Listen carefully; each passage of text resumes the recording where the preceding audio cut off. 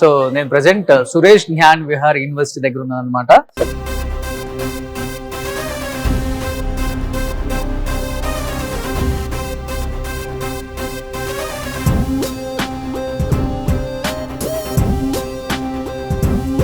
So artificial intelligence ఇవాళ రేపు artificial intelligence మీద అంత అవగాహన పెంచుకుంటే అంత మంచిదని ఎప్పటికప్పుడు చెప్తూనే ఉన్నారు. ఎందుకంటే టెక్నాలజీ అనేది చాలా ఇంపార్టెంట్. టెక్నాలజీతో పాటు మనం కూడా ఎదగాలని చెప్తున్నారు. కాబట్టి అలా ఎదగాలి అంటే డెఫినెట్ గా దానిలో ఉన్న లోటుపాట్లన్నీ తెలుసుకోవాలి.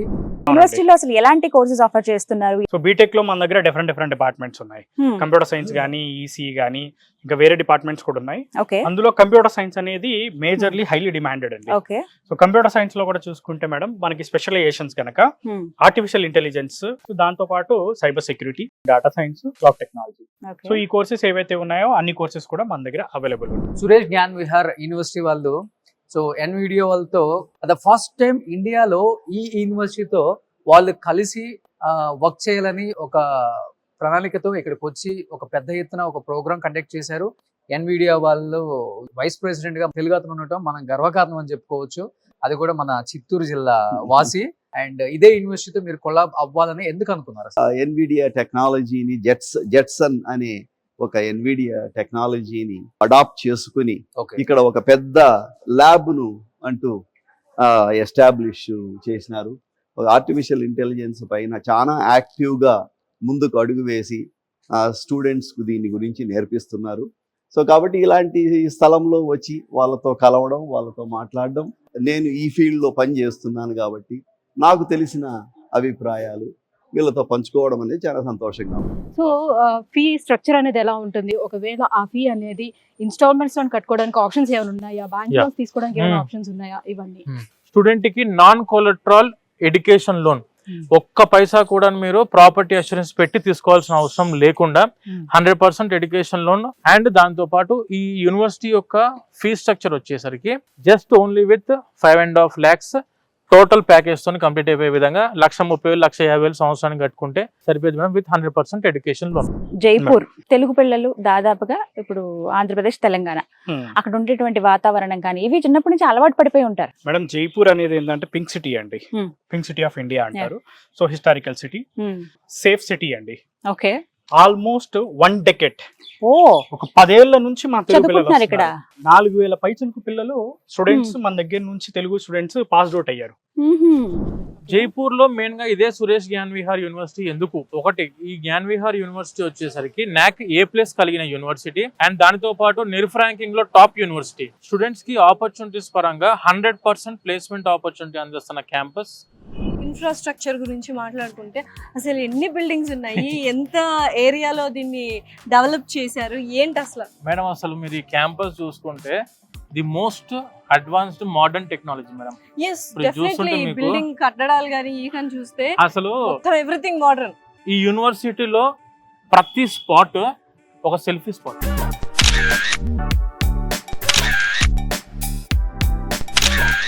టూ ప్లస్ 2 3+1 ప్రోగ్రామ్స్ అని విన్నానండి. అసలు ఏంటివి? అది కూడా ఇంటర్నేషనల్ కంపెనీస్ తోనా ఇవి?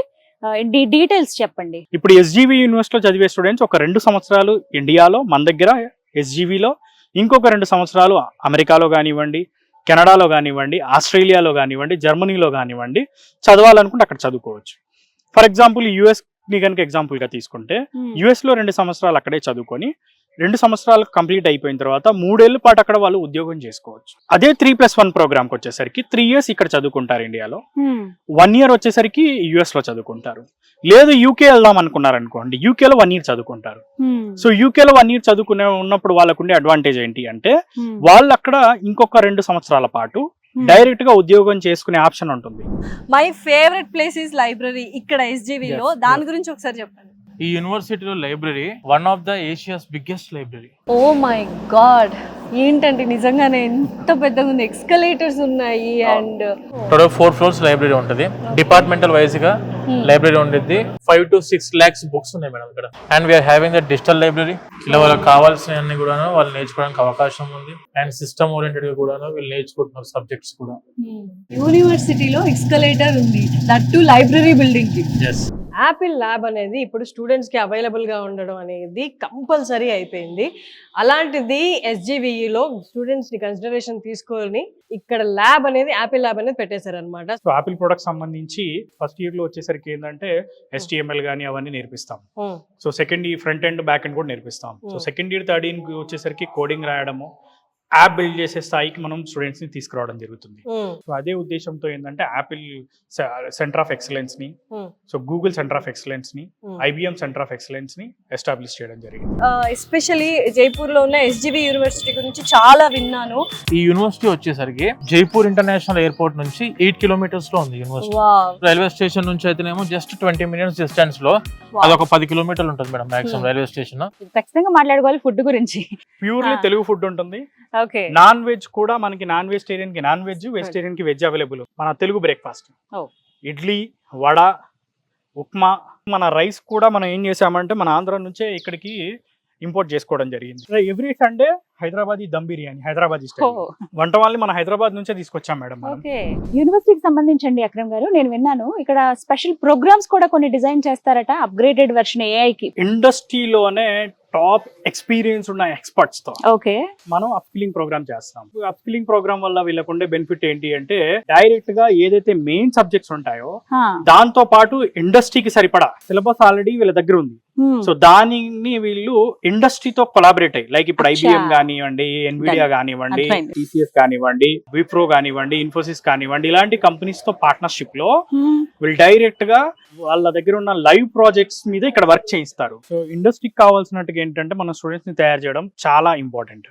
సో మనకి ఎక్కడా లేని విధంగా ఏంటంటే మన SGV యూనివర్సిటీ అందిస్తున్న one of the best programme madam ఇది. ఒకసారి ఇప్పటిదాకా సోఫార్ జరిగిన ప్లేస్మెంట్స్ గురించి, ఈ ఇయర్ జరగబోతున్న ప్లేస్మెంట్స్ గురించి ఒకసారి చెప్పరా? సో నాకు A+ రావడంలో ఈ ప్లేస్మెంట్స్ ఎంత కీ రోల్ ప్లే చేశాయంటే, ఇప్పుడు మన ప్లేస్మెంట్స్ విషయానికి వస్తే ఆల్మోస్ట్ లాస్ట్ ఇయర్ 1200 కంపెనీలు మన క్యాంపస్ కి ప్లేస్మెంట్స్ వచ్చాయి.